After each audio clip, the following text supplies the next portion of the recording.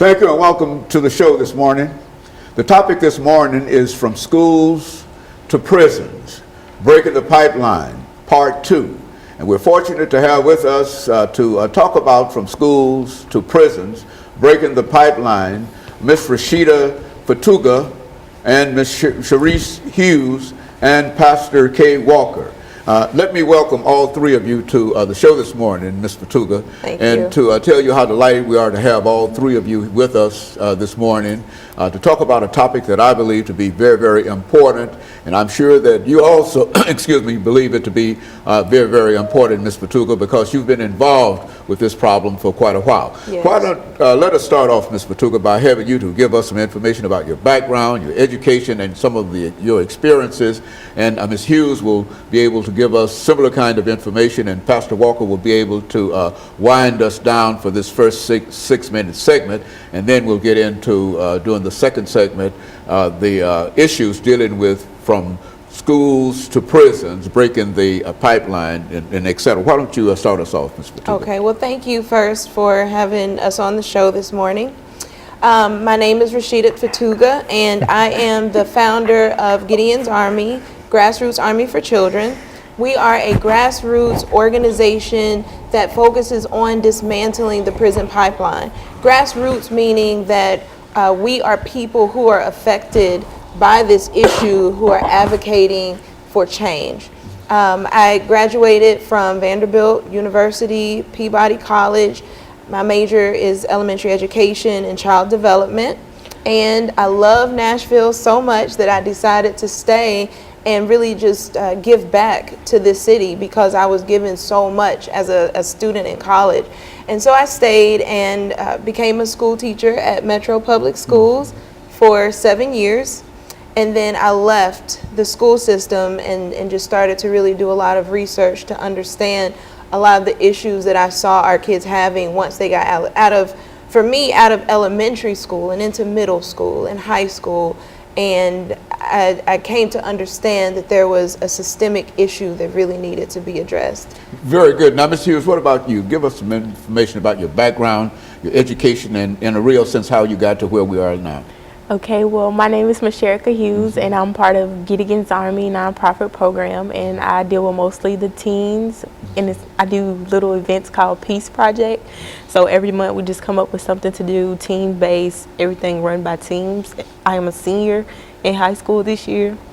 I'm getting ready to graduate, and pretty much everything I do is Gideon's Army. And so this is your last year in high school, and what are you planning on doing beyond high school, Ms. Hughes? In the summer, I'm going to get my CNA license for nursing and my dental programs, and I'm going to attend school for 2 years to get my associates and hopefully transfer to Vanderbilt for my 4 years. And of course, Pastor Walker, you know these two persons quite well, and why don't you, in addition to telling us how you became involved in this issue per se, why don't you tell us something about the two of them? Well, you know, Dr. Haney, personally, my interest is in people who are interested in helping people. You know, that's the whole calling on my life. You know, I came from a background of drug addiction, spent 17 plus years of my life in active drug addiction and the like, spent time in the prison system.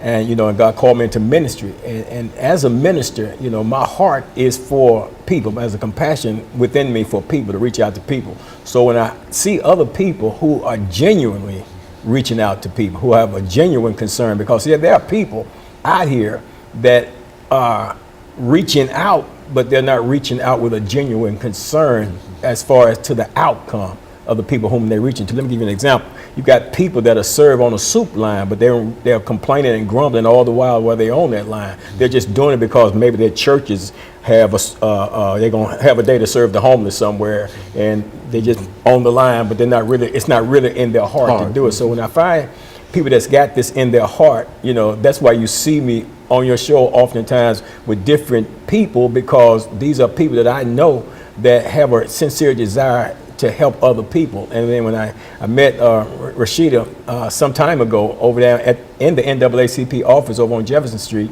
and she began to talk to me at that time about some of the things that she was doing and some of the things that she was ready to do. She was explaining to me some things about Gideon's Army, and somehow we got disconnected for a period of time. And then I got an email about an event that she was having concerning the school to prison pipeline, and I immediately wrote that on my calendar, immediately responded to her email, guaranteed her that I would be there. Not only did I come, but I brought another one of my associate ministers with me from the church, had another one scheduled to come. So I'm genuinely concerned with what they're concerned about. Very good. And of course, we're going to take our first commercial break, and then we'll have Ms. Hughes to give us some information during the second segment. And we'll be back with our audience following this very, very short commercial break.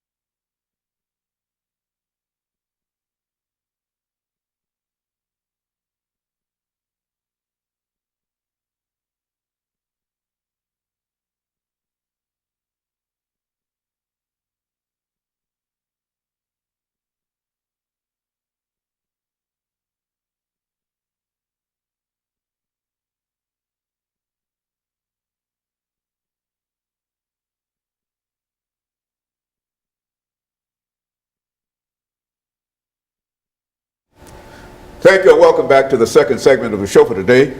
We're talking to Ms. Fatuga, Ms. Hughes, and Pastor Walker, and the issue is from school to prison, breaking the pipeline. And all three have given us excellent information in reference to some of the issues faced by many of the young people involved in public education today.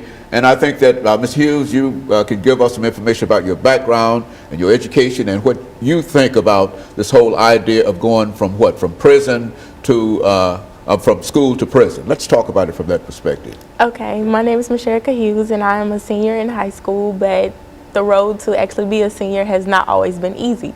I have always been faced with conflicts and obstacles to get over, and let's just say the school system has not made it easy for me.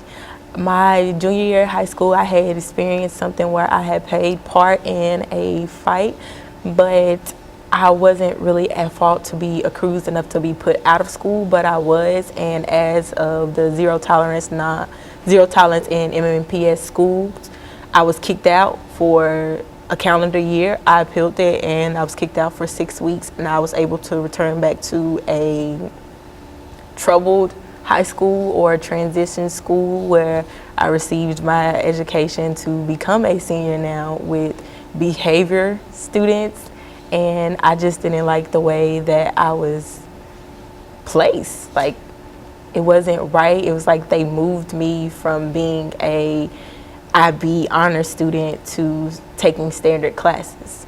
Do you find, Ms. Fatuga, her story familiar in terms of these transitional schools and transitional kind of situation? And say something in reference to that. It's very familiar. There are a lot of students who have infractions, and instead of them being dealt with in the classroom or even in the office, they're pushed out of schools, pushed into from expulsions, suspensions to alternative schools. I do know that Metro Public Schools is working on their alternative school program, and I want to acknowledge the work that they are doing and the support that they've even given to Gideon's Army as we get out in the community and do the work. However, right now there is an issue, and it's a national issue. It's not just Metro Public Schools, it's not just the state of Tennessee, but nationally there's an issue with zero tolerance where our students are being pushed out for a lot of reasons that are ridiculous, and they are not consistent across race. They're not consistent across the school districts, even across schools, even as it's dealt with from teacher to teacher.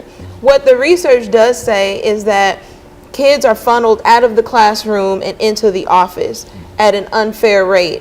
And once they get to the office, it's pretty consistent how they're suspended and expelled. However, we know that this definitely affects Black children, especially Black males, more than any other demographic. And that's when you control for behavior, for socioeconomic status. So it doesn't necessarily matter what they've done or what their economic status is still very racially biased, and it's not necessarily white teachers doing this to black children.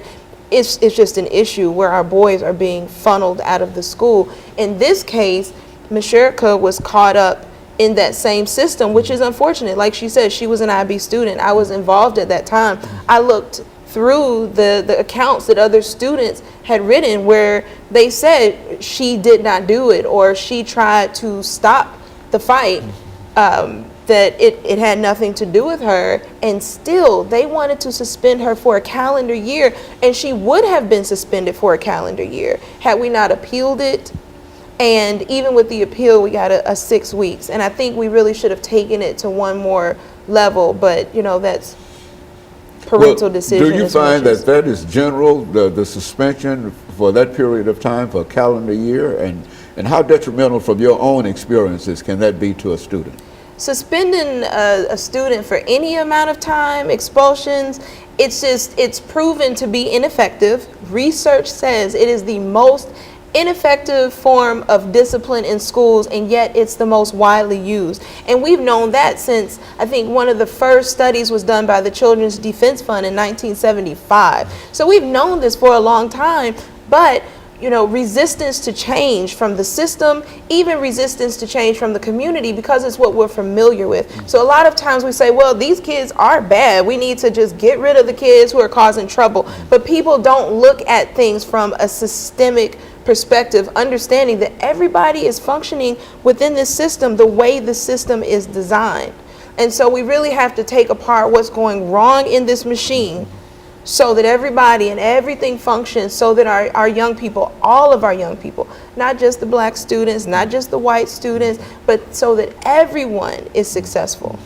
And so, Pastor Walker, looking at from your own experiences, how would you assess some of the things that are happening to our young men, especially? Because I think that while certainly Ms. Hughes' example is what happened to a female